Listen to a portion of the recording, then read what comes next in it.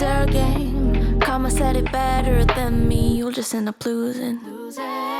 We're in a house made of glass, devils in disguise. I can see right through your eyes, baby. I can see your lies. La la la la. We're in a house made of glass, devils in disguise. I can see right through your eyes, baby. I can see your lies. La la la la la. Here I am, trying to stand out in the crowd. 오늘 만나보실 모델 렉서스 ES300H인데요. 자, 국내에서 가장 잘 팔리는 대표적인 세단 중에 하나입니다.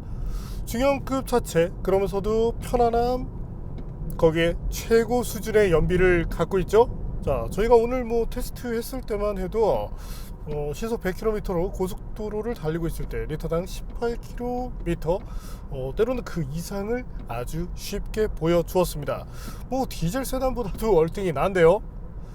자, 그런데 오늘 만나는 모델 ES300H를 택하시는 분들도 잘 모르는 모델 중에 하나입니다. ES300H F스포트인데요. 자, F스포트라는 것은 렉서스 모델 안에서 고성능을 지향하는 트림이라고 할 수 있는데 본격 F도 있긴 하지만요, 편안하게 탈 수 있는 ES, 그것을 F스포트로 튜닝했을 때 어떻게 달라지는지 잠시 함께 느껴보시겠습니다.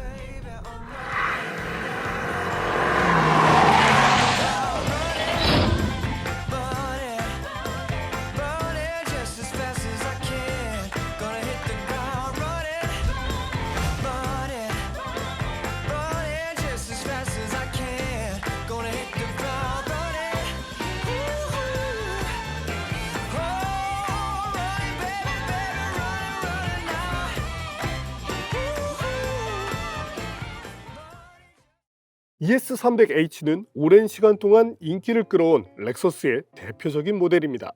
GAK 플랫폼을 바탕으로 만들어진 베스트셀러카인데요. 디자인 컨셉으로는 도발적인 우아함이라는 메시지를 내세우고 있죠. 어떠신가요? 저중심 설계를 기초로 디자인되어 나름대로 역동적인 느낌도 보여줍니다. 오늘 보시는 모델은 F스포트 트림이라 조금 더 역동적인데요. 기존 ES와 어떻게 다른지 각각의 모습을 확인해 보겠습니다.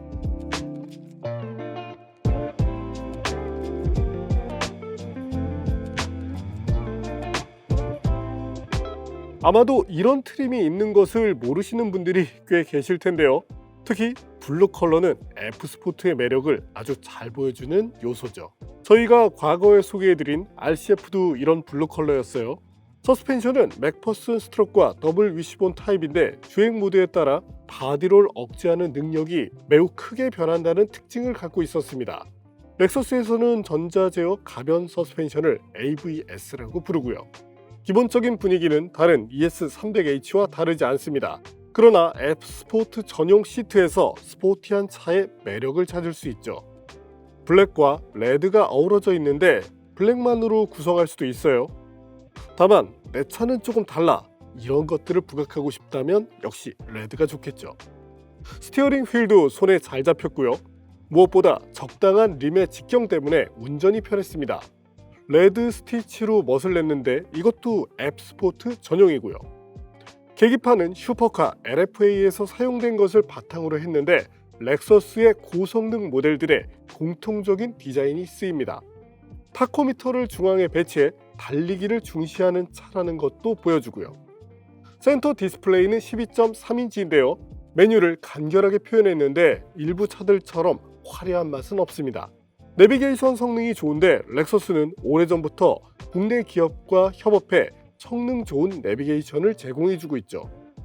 음성 인식 기능으로 공조장치 제어, 스트리밍 뮤직, 날씨 정보 등을 검색할 수도 있고요. 사운드 시스템은 마크 레빈슨 제품인데 고음을 잘 살린 중립적인 음색을 보여줍니다. 대형 세단 LS 것보다는 분명히 부족해도 동 가격대 세단과 비교하면 좋은 수준의 음질을 들을 수 있죠. 트렌드에 맞춰 헤드업 디스플레이도 있고요.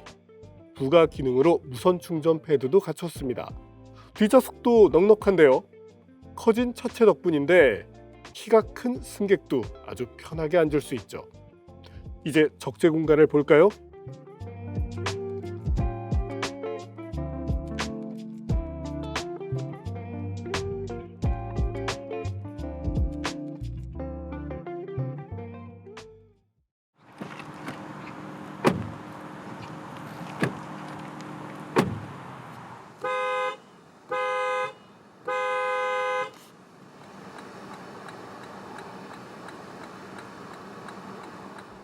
ADAS는 렉서스 세이프티 시스템 플러스라고 불립니다.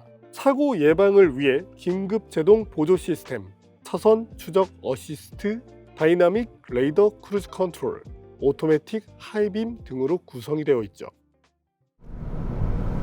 자, F스포트와 함께 달려볼까요? 지금 속도를 꾸준하게 올려가는 과정입니다.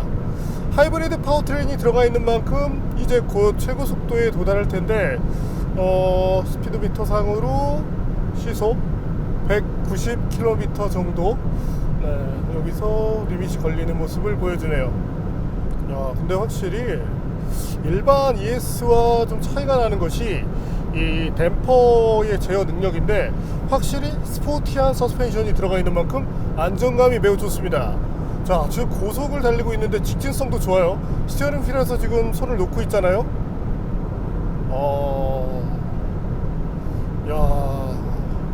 확실히 2010년 전후 이게 그 슈퍼카 LFA를 개발한 이후에 이 도요타 렉서스와 그 전에 이 렉서스는 차이가 많이 나는데, 그 진가는 고속을 달려보면 알 수 있습니다. 이게 지금 그래도 어쨌든 하이브리드 파워트레인이기 때문에 속도 자체가 제한적인데, 시속 180km 이상에서 이렇게 편하다는 거? 그리고 직진성, 이게 참 어찌 보면은 좀 씁쓸한 게, 국내 브랜드들도 한때는 코너링, 직진성 이런 것들을 많이 강조하고 그를 위한 튜닝을 했었는데, 지금은 소비자 눈높이에 맞춰서 그런 것들을 버리고 가고 있거든요. 뭐 직진을 잘 못합니다, 이게 문제입니다 라고 얘기를 해도 소비자들이 아니 괜찮아요, 이거 괜찮습니다, 이유는 참 가지가지인데, 그러다 보니까 자꾸만 우리의 자동차 산업이 좀 이렇게 하향 평준화되는 모습을 갖게 되는데, 이런 점들은 조금 우리 소비자분들도 좀 눈높이를 올려가 주시면 좋겠습니다. 꼭 승차감을 좋게 만든다고 해서 직진성이 나빠지거나 하는 건 아니거든요. 한쪽으로 너무 편향되게 무너지면은 사실은 세팅을 못한 것인데, 그런 부분에 대해서도 조금 올바르게 짚고 넘어가는, 기왕이면 내 차가 승차감도 좋고 잘 달려주면 좋잖아요. 지금 이 렉서스 ES F 스포트 정말 놀라운 수준의 고속주행 안정감 보여주고 있습니다. 그리고 앞서 말씀드렸지만 연비도 매우 좋은 편이에요. 그래서 고속 지금처럼 이렇게 달릴 때는 연비가 그래도 10km대 초반까지 떨어지지만, 일상주행을 고속도로에서 했을 때 리터당 18km 이상, 또한 시내 주행에서 사실 진가가 나타나거든요. 그때도 거의 이 10km대 후반 정도의 연비를 편하게 보여주는 만큼 이제는 정말 하이브리드 파워트레인, 디젤 엔진이 전혀 부럽지 않다, 이렇게 얘기를 드리고 싶습니다. 그리고 MVH 성능이 정말 좋잖아요. 자, 그럼 ES 과연 얼마나 정수성을 보여주는지 볼까요? 참고로 지금 보여드리는 정수성 좀 평이하게 보이실 수 있습니다. 근데 저희가 올해 이제 업그레이드를 했거든요, 장비를. 좀 고가의 장비로 업그레이드를 했는데, 기존 대비 수치가 살짝 높게 나오는 편입니다. 이전 것이 이제 캘리브레이션을 했는데도 수치가 약간 낮게 나오는 편이었거든요. 그래서 기존 것과 비교를 한다면 약 1에서 1.5dB 정도 지금 더 높게 나온다고 봐주시면 됩니다. 2022년 초부터 근래까지가 이제 그런 현상이 있었어요. 자, 그럼 이번에는 렉서스 ES 발진가스 성능 볼까요?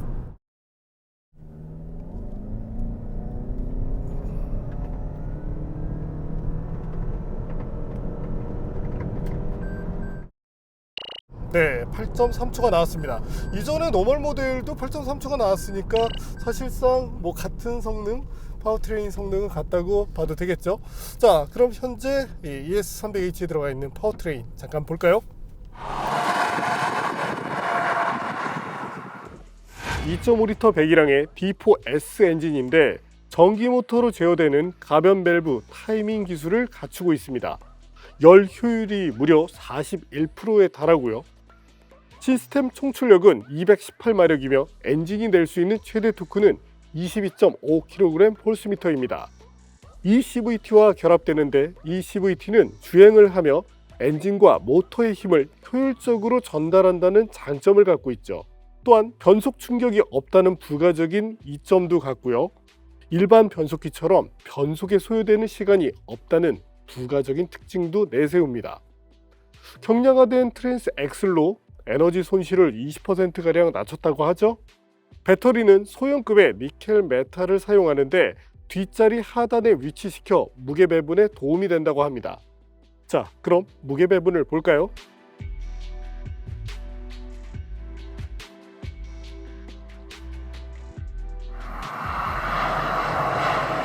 자, 이번에는 여러분들께서 아마 그렇게 생각하실 겁니다. 왜 렉서스 ES로 핸들링 코너링? 근데 저희가 이전에 이 동급 모델 여러 대를 모아놓고서 비교를 했던 적이 있습니다. 그 당시에 이제 국내 최고 드라이버 중에 한 명이죠. 정희철 선수가 이 ES F 스포트를 타보고 정말 감동을 했었다라고 얘기를 했었는데, 우리가 알던 그 렉서스 그 한계를 많이 넘어선 주행 성능을 보여주기 때문이죠. 물론 지금은 타이어 자체가 이 북미 사양에 맞춰서 사계절이 들어가 있다 보니까 타이어 자체에서는 조금 제한적인 모습을 보여줍니다. 하지만 이 타이어의 순수 그립을 논외로 놓고 보면 진짜 최고의 핸들링 성능을 보여주죠. 서스펜션 자체가 많이 달라요. 자, 지금도 차량의 이 주행 라인 매우 날카롭게 그려집니다. 랩토프 전혀 문제 없고요.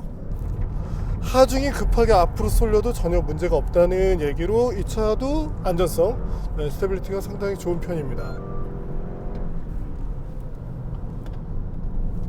그리고 브레이크 페달 밟았을 때 안정적으로 제어되는 모습을 보여주고 있고, 한번 세게 밟아볼까요? 타이어가 약간 못 버티는 모습을 보여주고, 자, 잠깐 제동 성능 보겠습니다. 자, 초기에는 37m대 초반이 나왔거든요. 근데 후반으로 계속 늘어나는데 브레이크 자체가 과열됐다기보다는 타이어의 브레이킹에 대한 지속성, 제동 지속성이 떨어진다고 봐주시면 됩니다. 자, 우리가 브레이크를 판단할 때 여러분들은 브레이크 하나만 보시는 경우가 많아요. 하지만 브레이크는 타이어와 짝을 이뤄서 성능을 내줍니다. 타이어의 지속성이 떨어지게 되면 이 제동거리가 계속적으로 늘어나고, 또 어떤 경우는 타이어가 버텨주는데 브레이크 부분에서 지속성이 떨어지고 페이드가 생긴다든지 이래서 늘어나는 경우도 있거든요. 현재는 이 시스템 하드웨어 브레이크 자체는 괜찮지만 타이어의 지속성이 떨어진다고 봐주시면 되겠네요. 현재 타이어는 미쉐린의 프라이머시 MXM4가 들어가 있고요. 그래서 이 미쉐린도 사실 종류가 굉장히 많잖아요. 무조건 미쉐린이라고 해서 동급 최고 성능을 내는 것은 아닙니다. 지금은 아마도 MVH 쪽, 그리고 특히 이제 승차감 쪽에 조금, 그리고 마일리지 이 부분에 타이어를 조금 더 맞춘 것 같고요. 그리고 지금처럼 타이트하게 코너를 돌아가는 상황. 와, 핸들링 진짜 죽이네요. 와, 이게 특히 스포츠 플러스 모드에서는 말도 안 되게 받아줍니다. 바디롤이 정말 크지 않아요. 이거는 그냥 단순하게 스포티하게 튜닝을 가미했다기보다는 이 정도의 차체면 중형급에서는 거의 본격적인 스포츠 서스펜션을 가졌다고 봐도 됩니다. 오, 좋아요.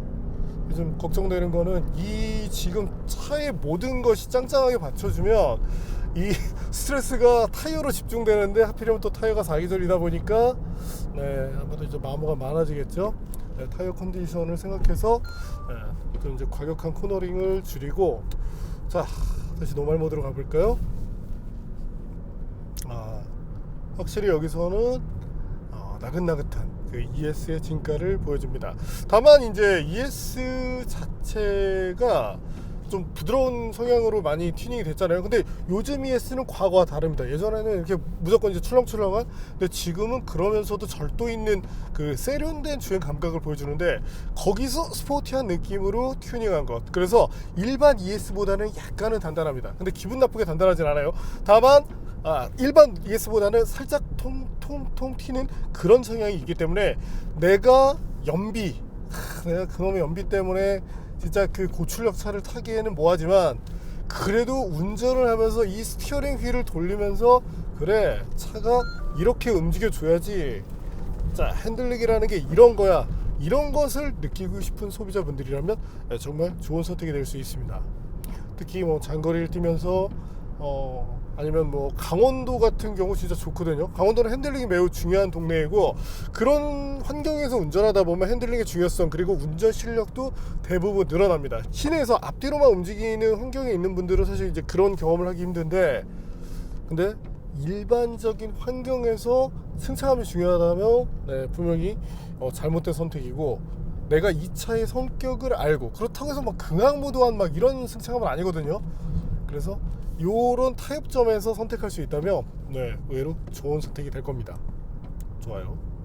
뭐 물론 좀 아쉬운 것도 있긴 합니다. 그래도 F스포트인데 출력적인 부분에서 좀 짜게 굴었어요. 앞서 이제 엔진 스펙을 말씀드렸지만, 이 최근에 저희가 테스트한 알파드와 비교를 하면 거기는 시스템 총출력이 250마력인데 30마력 이상 낮잖아요.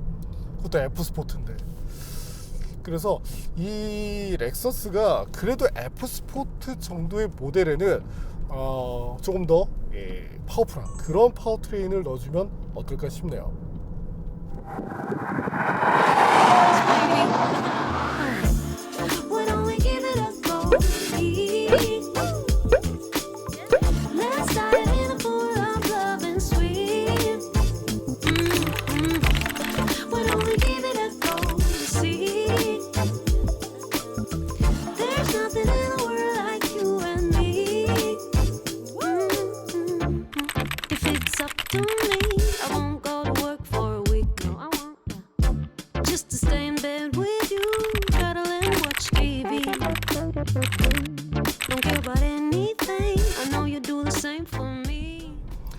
오늘 만난 렉서스 ES300H. 렉서스 ES답지 않게 달리는 맛이 정말 짱짱한 모델 중에 하나입니다. 저희가 원래 예전에 그 단체로 이제 다른 차들을 비교할 때 이 F스포트를 만났었거든요. 이후에 단독 시승을 하기 위해서 요청을 했었는데, 그때는 렉서스가 차량을 매각했었어요. 그리고 이번에 다시 이제 이 차를 뽑았다는 얘기를 듣고 만나게 됐는데, 정말 뻔한 그런 렉서스가 아닌 정말 신세대적인 최고의 핸들링을 가진 ES, 그 ES의 가치를 보여줬다는 점이 가장 마음에 듭니다. 뭐 제가 ES를 산다면 저는 이 차를 살 것 같긴 해요. 다만 이제 승차감이 우선인 분들, 아까도 말씀드렸지만 노멀 ES 쪽이 훨씬 더 낫습니다. 특히 저희가 이제 요철로 이런 데서 테스트를 했을 때도 분명히 이 차는 조금 더 단단한 느낌이 있거든요. 그래서 승차감이냐 핸들링이냐, 이 두 가지 장르를 놓고 택하셨을 때 최고의 만족도를 얻을 수 있다, 이렇게 말씀드리고 싶네요. 다만 F스포트라는 이름값을 하기에는 뭔가 출력적인 부분에서 메리트가 좀 크진 않았어요. 향후에 렉서스가 이런 부분에 대한 특화된 성능까지 보여줄 수 있다면 이 차 그리고 F스포트에 대한 가치가 조금 더 상승하게 되겠죠. 오늘은 정말 뻔하게 생겼는데 의외로 최고의 감각적인 모습을 보여준 뭐 전륜구동의 중형 86이라고 얘기하면 될까요? 렉서스 ES300H F스포트를 만나봤습니다.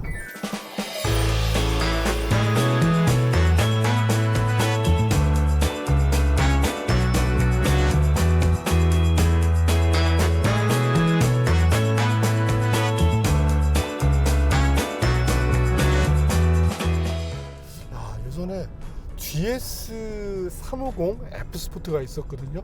정말 그 주행 감각이 최고였는데, 그 차가 개발할 때 원가가 너무 비싸게 들어갔어요. 그래서 결국에는 그 원가 해소한다고 가격 높이 받다가 망했거든요. 그래서 GS가 사라졌어요. 그리고 GS가 지금 ES와 통합이 돼서 지금의 ES가 있는 것인데, 그때는 후륜이었지만 그래도 전륜구동에서 그 느낌을 일정 부분 많이 가져왔다는 점이 가장 마음에 드네요. 다시 GS 부활하면 안 되나? ES도 좋지만 또 그 GS가 진짜 좋았는데.